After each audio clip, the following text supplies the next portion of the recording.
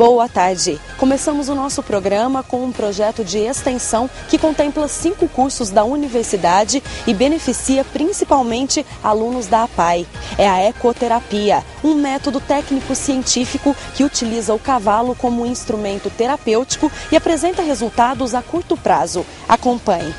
Uma terapia para o corpo e mente. É por meio do cavalo, em um amplo e aberto espaço da Fazenda Terra Nova, que cerca de 16 alunos da APAE encontram formas de tratamento. A ecoterapia, praticada por Natália, com problemas de coordenação motora, tem sido a solução para muitos dos sintomas. Ela teve uma melhora muito grande na parte de coordenação motora, né, porque ela tinha muita insegurança para caminhar sozinha, agora já está caminhando, está mais tranquila, respeita mais assim, né, no convívio com ela no dia a dia. Às vezes coisa que antes ela não queria fazer, agora ela faz, porque ela fica naquela expectativa de chegar o dia de voltar aqui na ecoterapia. Natália aprova as idas à fazenda. Dou comida para os cavalos, cenoura, maçã, fruta, vegetais, comida. A ecoterapia é um método técnico-científico que utiliza o cavalo dentro de uma abordagem interdisciplinar nas áreas de saúde, educação e equitação.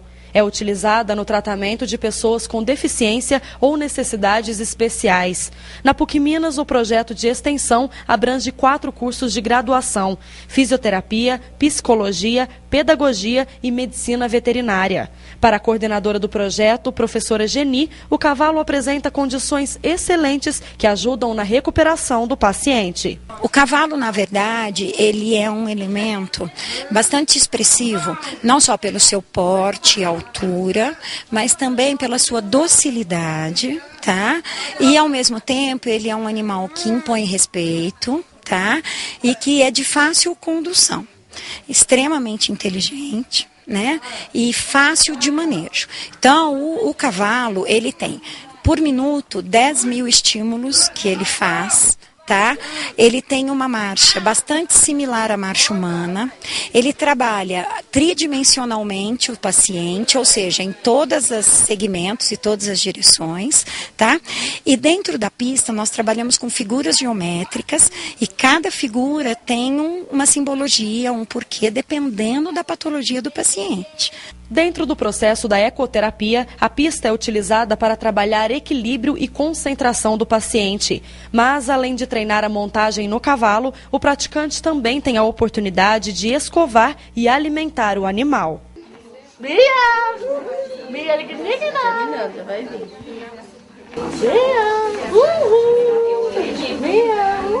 A própria relação do paciente, ou melhor, do praticante com o animal, isso já traz toda a questão da afetividade, do cuidado, né? Porque ele precisa cuidar, ele alimenta o cavalo, ele acaricia o cavalo e, além disso, ele monta. Então, tem toda essa relação que é super importante. Outra, né, da própria família, né? Então, tem sempre os familiares que trazem aqui. Então, isso a gente já percebe que o próprio espaço foge um pouco do espaço que eles estão acostumados a estarem. Ou seja, não é aquele setting terapêutico de uma sala fechada, mas aqui o próprio espaço, o ambiente da fazenda, do campo, já traz um outro aspecto que não é esse lado apenas da terapia, mas é terapêutico por si só. A mãe de Wellington, paciente com síndrome de Down, se esforça há 2 meses nas idas à fazenda para os exercícios do filho.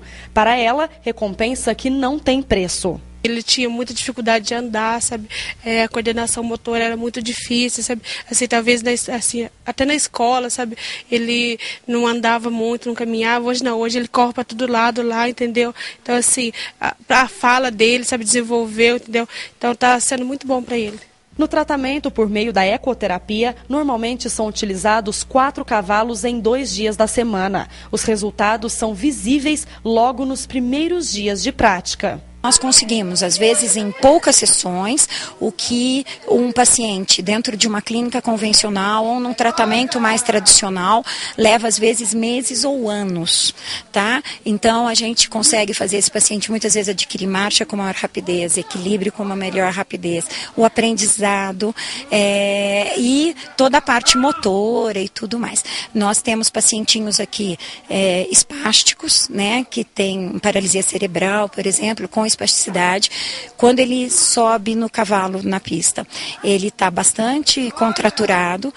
2 voltas depois, na pista, ele já está todo relaxado e sai completamente liberado de lá. Cerca de 36 alunos da PUC participam de todos os processos do tratamento. Entre eles está Thalita, aluna do curso de Medicina Veterinária, que não abre mão de passar pela experiência e já notou resultados positivos na interação com outros alunos. A gente pode trocar experiência, né?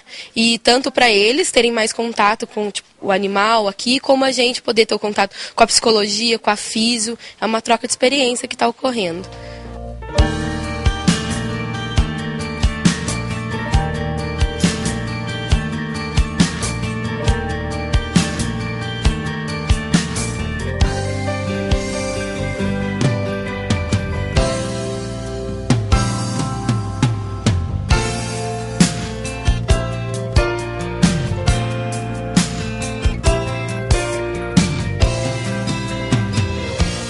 Na nossa galeria de opiniões, perguntamos: o que você acha dos tratamentos alternativos para cuidar da saúde? Veja o que nossa comunidade acadêmica respondeu. Eu acho que os tratamentos alternativos são muito importantes hoje em dia, pois nos tratamentos convencionais existem muitas substâncias pesadas e até mesmo propensão à dependência química desses medicamentos. Então, com os tratamentos alternativos, as pessoas podem chegar a uma cura que é desejada sem esse lado negativo dos medicamentos pesados e dos tratamentos convencionais. Eu acho interessante esses tratamentos alternativos, porque eles ajudam bastante no desenvolvimento, né, das pessoas que têm alguma deficiência. Igual, por exemplo, a ecoterapia. Esse tratamento, igual, por exemplo, o cavalo, ele estimula as pessoas que têm a deficiência nos movimentos, deficiências mentais, e isso eu acho muito, muito bom, assim. Eu acho muito válido, muito importante, né, as terapias alternativas, os tratamentos, como a acupuntura, por exemplo, né, que é uma forma natural de lidar com o corpo, né, com o organismo. A acupuntura, por ser um conhecimento milenar, né, eu acho que as pessoas desenvolveram esse conhecimento ao longo do tempo e tem sido cada vez mais, né, hoje procurado por pessoas, porque elas querem que a terapia, o tratamento seja cada vez menos agressivo ao corpo em relação ao uso de drogas ou de outras químicas que se utilizam.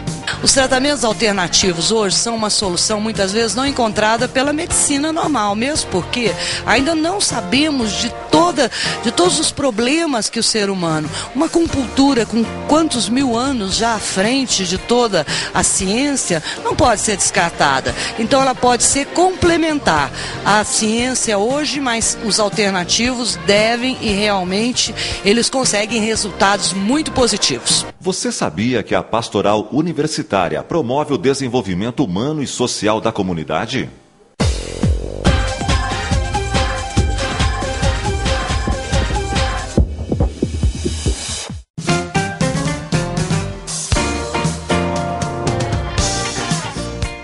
Em sala de aula, concentração e muito estudo para provas e trabalhos são fundamentais. Afinal de contas, o curso de Engenharia Civil já era bem conhecido pela aluna Vitória, que optou pelos números e cálculos. Fora da PUC, a relação já não é com a área de exatas, e sim com roupas e bijuterias de marca.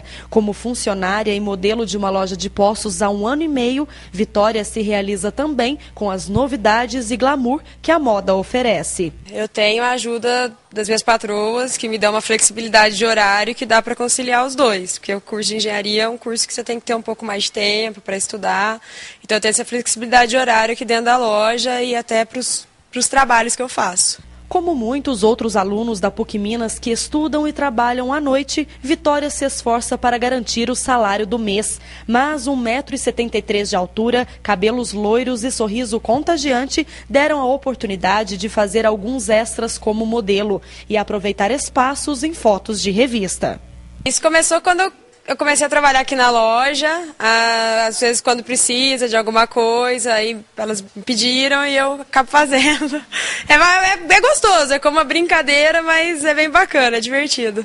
Mas para garantir que trabalho e estudo caminhem em harmonia, Vitória conta com a ajuda da chefe Ângela, que reconhece o potencial da estudante em todos os sentidos. Pouco da personalidade dela, essa flexibilidade. De um lado, trabalhar com moda, que é um pouco o foco da loja, e isso contagia o jeito dela. E, por um outro lado, um curso mais, assim, masculino, entre aspas, tirando todo esse tabu, que é a engenharia. Então, ela mesma consegue conciliar através da flexibilidade de horários que a loja propôs para ela.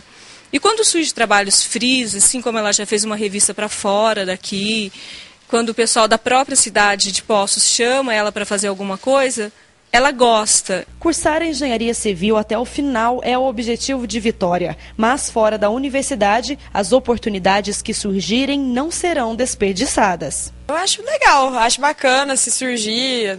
Como surgiu da outra vez, eu topei, também toparia, acho bem interessante. É diferente, né?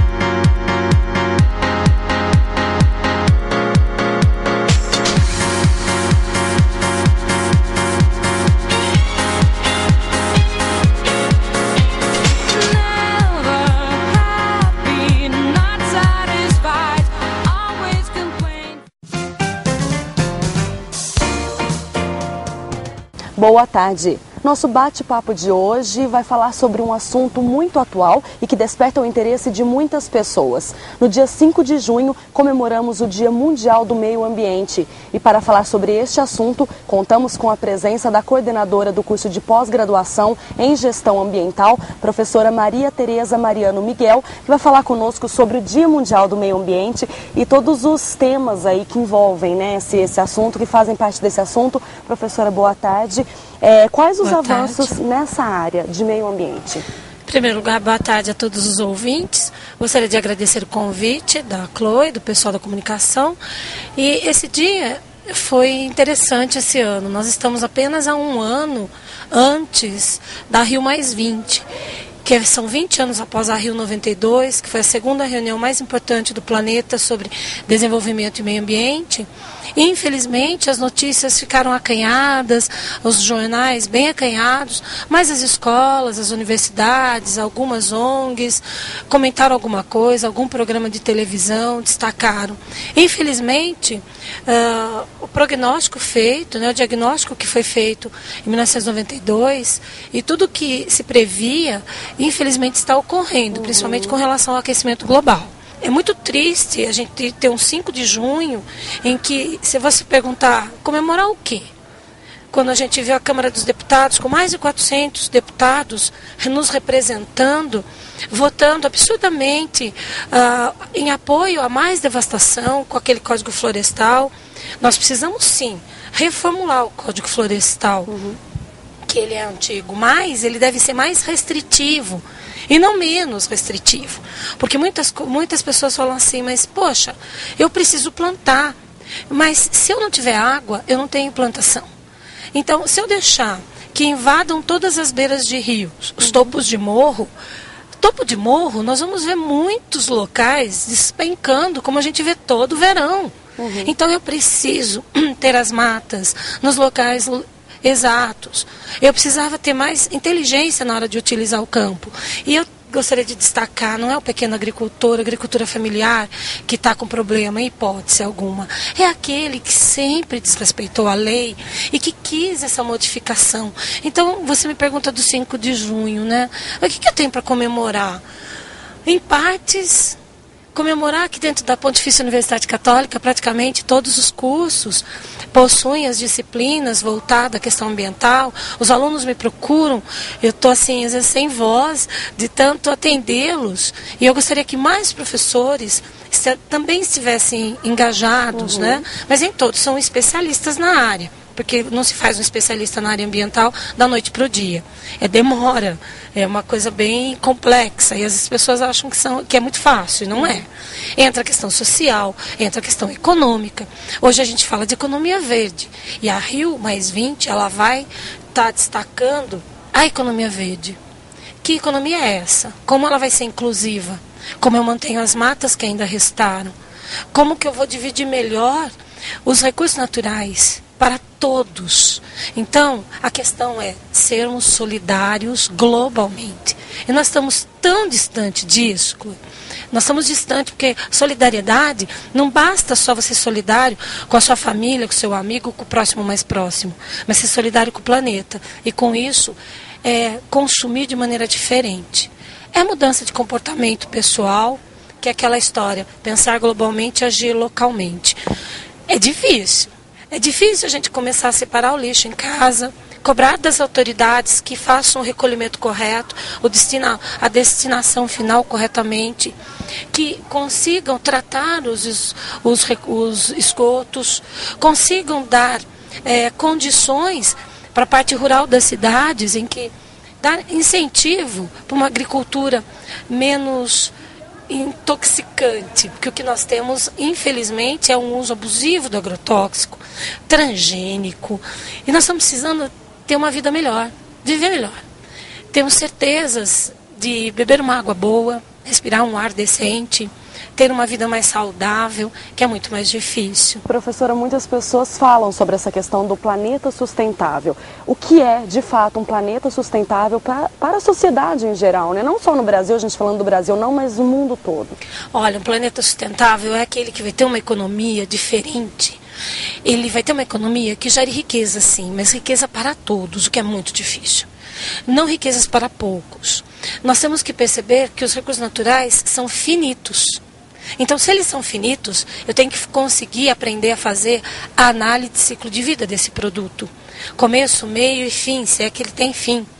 Será que nós precisamos ainda retirar das nossas entranhas metais? Ou será que todos os metais que a gente já tirou não deveria ser reutilizado, reciclado, reformado, repensado?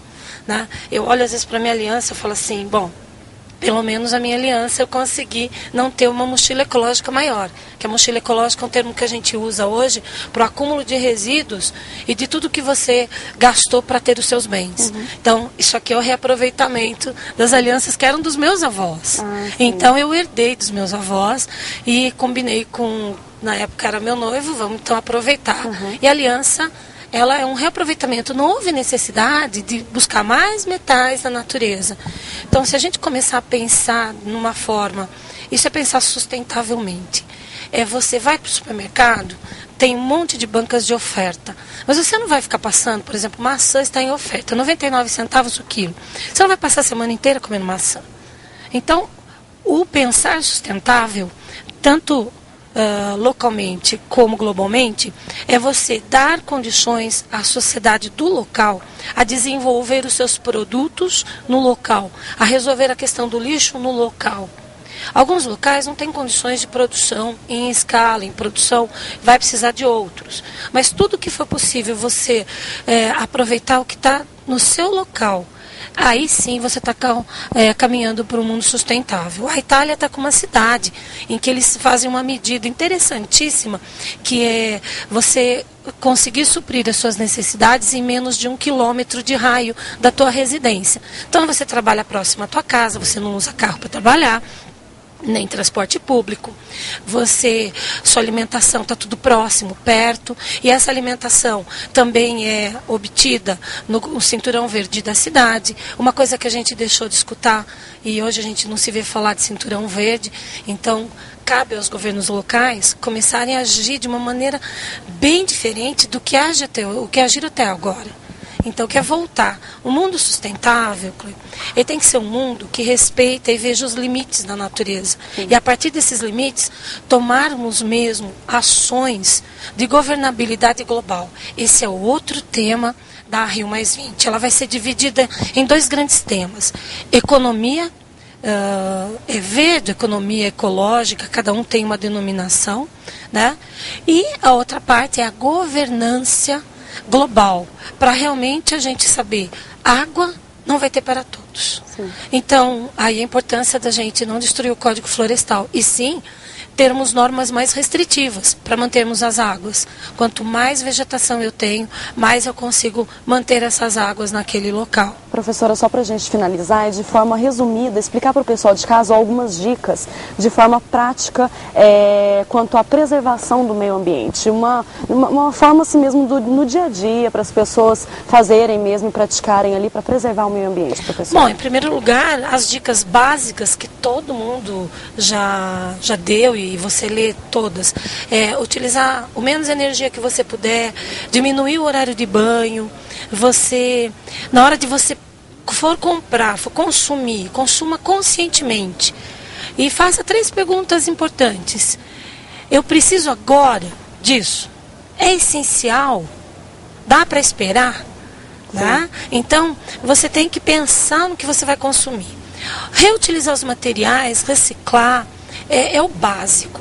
Mas o mais importante, Chloe, mais importante é a gente ter a consciência na hora da gente fazer a nossa escolha para os nossos governantes e nossos representantes. E cobrar deles ações e políticas públicas que realmente vá em frente, vai de encontro com a sustentabilidade. Ano que vem é mais um ano eleitoral, ano que muda todas as prefeituras, os executivos e legislativos municipais. Então é nessa hora que eu peço para que você que está nos assistindo, pense, questione o seu candidato, veja se ele tem a tendência de querer melhorar a qualidade de vida da sua cidade, tratando o esgoto, acondicionando o lixo, todo o lixo produzido da melhor maneira possível, cobrando fiscalização muito séria, dando incentivo à área rural. Então, esse é o nosso papel de cidadão. É na hora que você percebe e veja quem é que toma as ações e as decisões. Esse é importantíssimo. Ok, professora, muito obrigada pela participação. Nosso bate-papo termina por aqui. Vamos para um rápido intervalo e voltamos daqui a pouco. Você sabia que a PUC Minas possui vários tipos de oferta de bolsa de estudos para os alunos?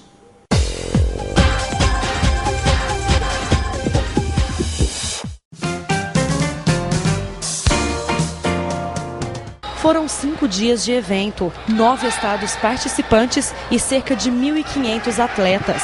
O 20º Jogos Abertos Brasileiros, sediado em junho na cidade de Poços, contou com a importante participação dos alunos do curso de fisioterapia da PUC Minas em Poços de Caldas. Lá na PUC e nas disciplinas, eles têm as aulas teóricas e aulas práticas, mas nós não temos oportunidade dentro da PUC Minas proporcionar uma competição esportiva. Então é uma oportunidade única para eles sentirem na prática qual que é a atuação do fisioterapeuta na área esportiva.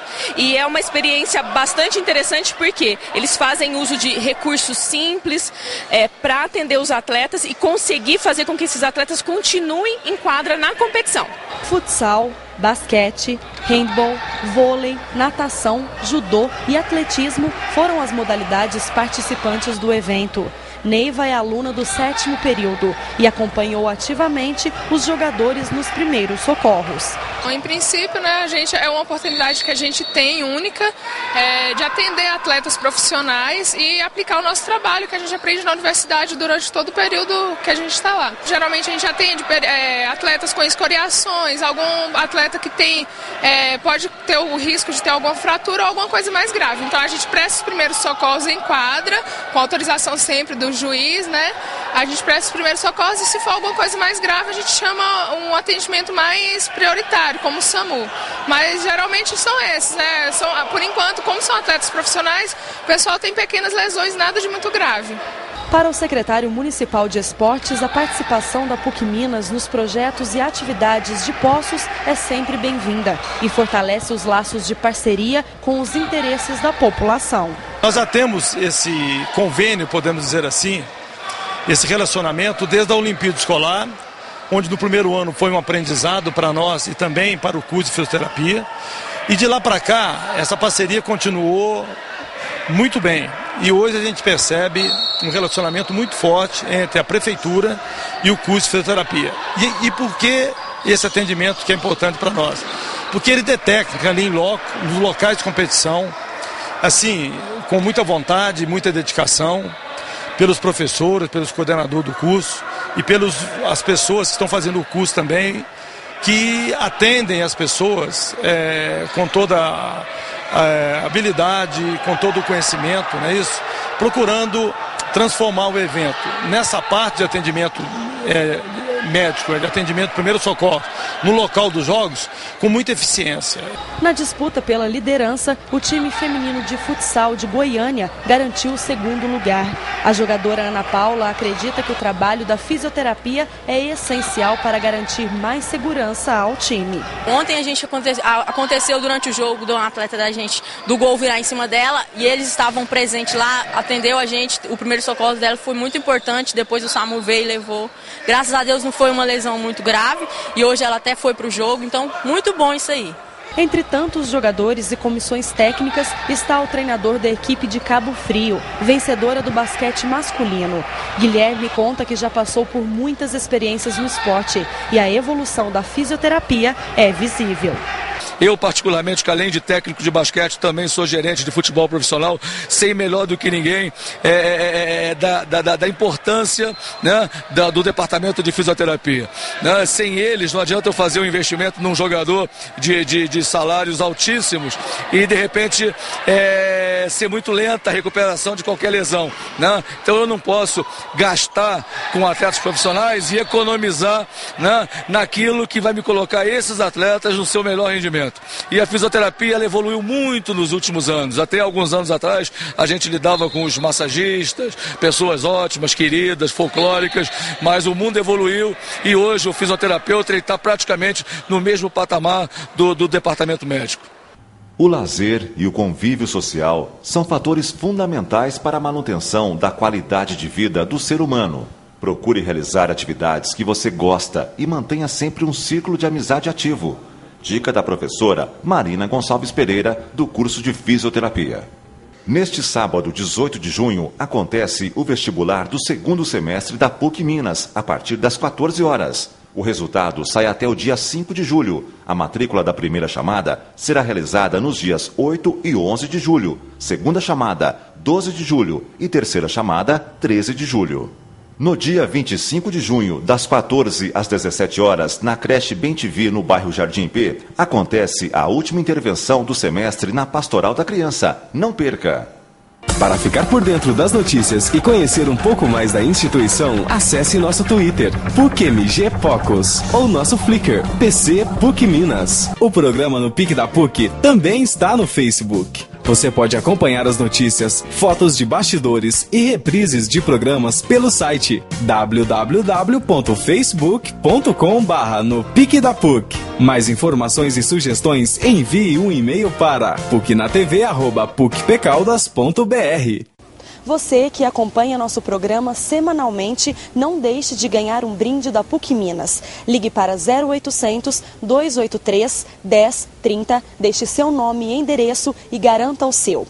Nós ficamos por aqui. Obrigada pela audiência e até a próxima.